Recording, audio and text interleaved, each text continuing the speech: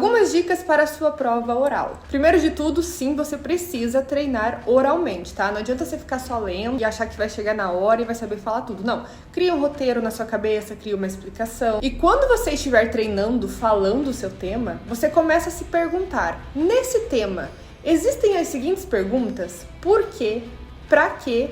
E como? Porque quando você chega numa prova oral, você não simplesmente vai fazer uma exposição e o professor vai ficar totalmente te escutando. Ele vai querer entender se você só decorou ou se você aprendeu. Então ele vai te fazer perguntas, ele vai às vezes te interromper para fazer perguntas. Tá, você tá me falando disso, mas como acontece? Por que acontece? E acredite em mim, se você treinar isso em casa, na hora que chegar na prova, você vai tirar de letra, porque você mesmo já se fez essas perguntas, você mesmo já duvidou da sua própria explicação. Eu peço, por exemplo, para um aluno me explicar pâncreas endócrino.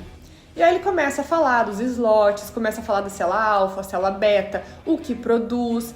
Aí ele fala, não sei o que, a célula beta, insulina. Eu falo, tá bom, o que é a insulina? Para que serve?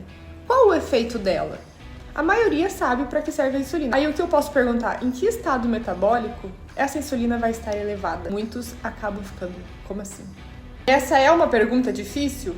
Não, nem um pouco difícil. Mas na hora você já está nervoso, porque dar uma prova oral, a maioria de nós ficamos nervosos sim.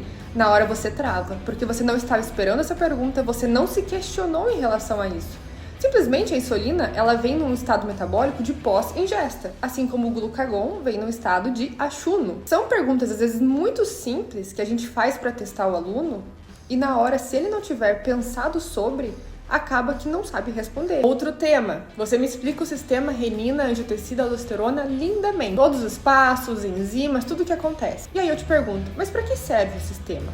Aí você responde bem, que o sistema serve para elevar a pressão arterial. Pois bem, aí eu falo, como que a ADAT eleva a pressão arterial? E aí você precisa saber responder, qual que é o mecanismo? O que a ADAT faz para que eleve essa pressão?